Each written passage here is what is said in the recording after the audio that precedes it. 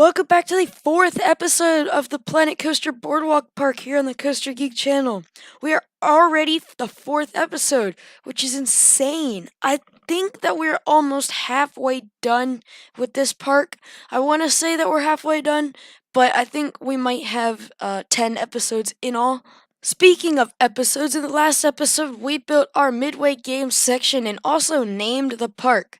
We named it Geek Pier, and that was suggested by one of you guys. So if you guys want to suggest a name for what we're building now, which is a go-kart track, I did say that that would be open to you guys. So I'm hoping to hear a lot of great suggestions from you guys. Speaking of episodes, this is a pretty long episode, I would say. It's about 14 and a half minutes. I think the only one longer than this was the introduction video, episode 1. So if you want to stick around for the whole time lapse, I do encourage you to do that. It is a great build, I think. It's probably the best one in the park that I've done, and I think it will remain the best one that I've done. But anyway, getting back to what I was saying, if you want to see just the end result and an on-ride footage ride, which will happen at the end of the video, there is a time interval on the screen right now. But if you are one to stay around, I really encourage you to do that, and I thank you for doing that. So hopefully you guys enjoy the rest of this video. Alright, so enough talk about that.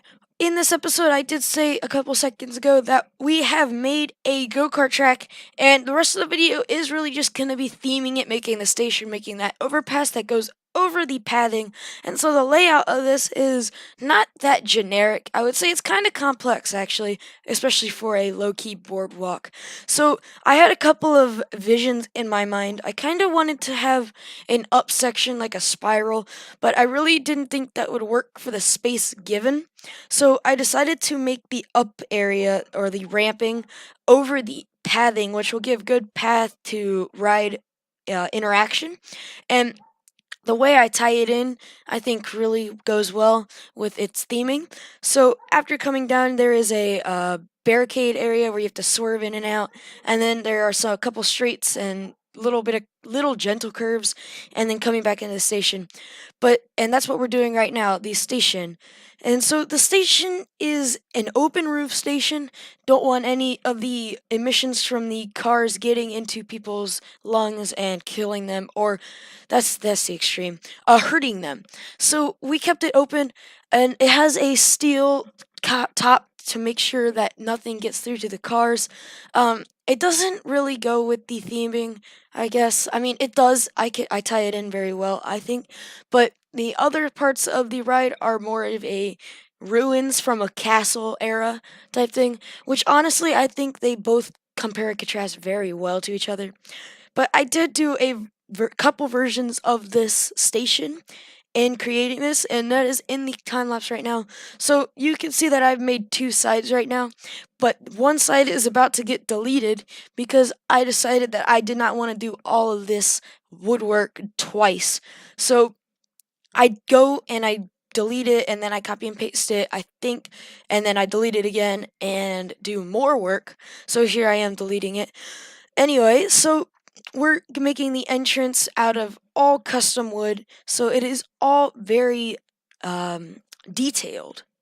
So this wooden pattern that I just created is going to be copied and pasted onto every pole that is supporting the structure. It gives that extra texture to it and makes it look like it was actually thought out and designed. So I created that, and after this we are going to go in and put some lighting. And I don't anticipate this ride to be used in the dark, but I did prepare for that. So we do find these pirate lanterns. They're kind of like a sack of blue orbs or something, but they let off this teal glow, and I really do think that it fits for right now. And in the end, it will fit in. It'll give a good contrast to the regular track lights that I put in. And just right there, I copied and pasted the one half of the station to the other side, but that is going to change yet again. I'm putting fences down right here, and this is to keep people safe and keep the park from getting sued. People are sometimes do dumb things and they run in front of cars and get themselves hit. Usually, or I would think it's for to get money. And so to prevent that, we put some fences down. There's going to be more fencing later in the video, but I saved some of it so that it didn't get too boring. But right here we are making the tunnel and overpass for the ramped or the elevated part of the track. Now, my original goal, I don't really know what I was thinking with this, but I was gonna raise the terrain so I could just make a tunnel. But in the end, I really don't like how this looks. Because of the path, it does not let me put terrain all the way close to the path, so it doesn't really work. So right here, I am going to eliminate all that terrain. But anyway, we put our 2 tunnel walls up, and we're putting the ramp walls up, the edges of the ramps right here. So I'm going to do that 4 times actually, because it's going to be 2 for each ramp. And then they got the little ramp continuing over the overpass. So a lot of little details went into this. There was a little bit of trial and error, I would say. It took me a couple of tries to actually figure out what I wanted it to look like. I didn't know how well this ruins feel would go, but I think it does, as I keep saying, tie in very well. But right here, I made the square part so that nobody falls off really. It's elevated, so I wanted to make sure that there was railing and that if you did tend to hit the rail and something were to happen, you would still stay up and not fall and hurt yourself. Because then again, that keeps us from getting sued and keeps people safe, which are 2 priorities, I would think, from an amusement park. So we just put in that, there's the flooring went in. So I took this method from a lot of creators that I see, and they take a person, usually it's an archer, which I'll use later on in the episode, but right now I use this staff person that we used in the last episode. So, you use them to measure how tall you want things to be. So, I was trying to figure out where I wanted the roof of the tunnel to be, and so with putting her down, I was able to figure out how tall the average person is in Planet Coaster and go from there. So I figured out how that was and measured it out and did all that crazy stuff. And then we moved on to putting some stairs in just to give it a little bit of added oomph to it, I guess. So these stairs right there that I'm putting in are going to get deleted because they don't fit. And then there's more railing going in. But not much else to the building is done except for the part that I put rocks underneath the track.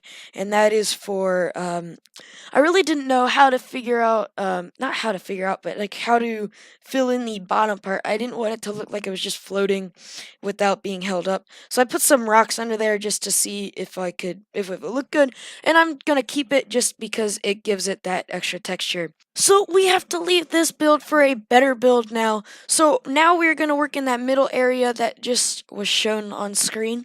And it is going to combine the 2 themes of ruins and our wooden steel. So the bottom's going to be made out of the the ruin brick. And the top is going to be made out of the iron and wood.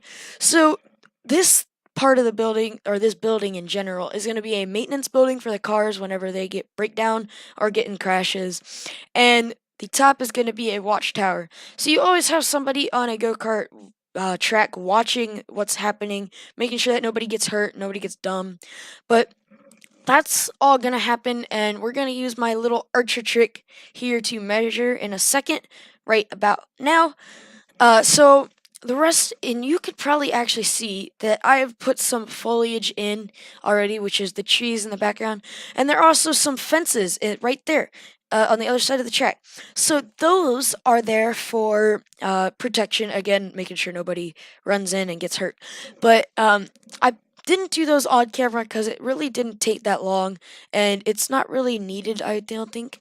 It's kind of just something that is more boring than building a building like this, which is pretty intricate, I would say. So I am going to let the video play on a little bit without talking.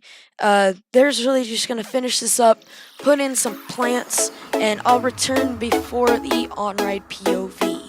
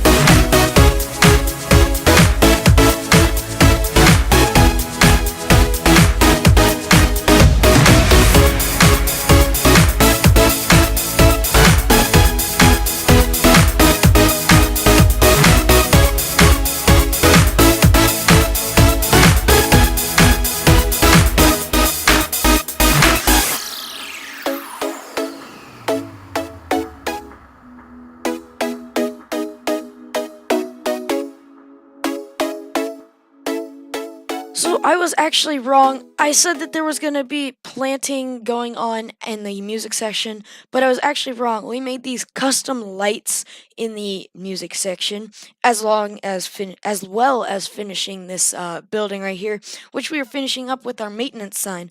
But this lighting scheme was actually inspired by Rudy Rinkemel's go-kart track in Islanapali, where he made circles of lights and put them over his circuit.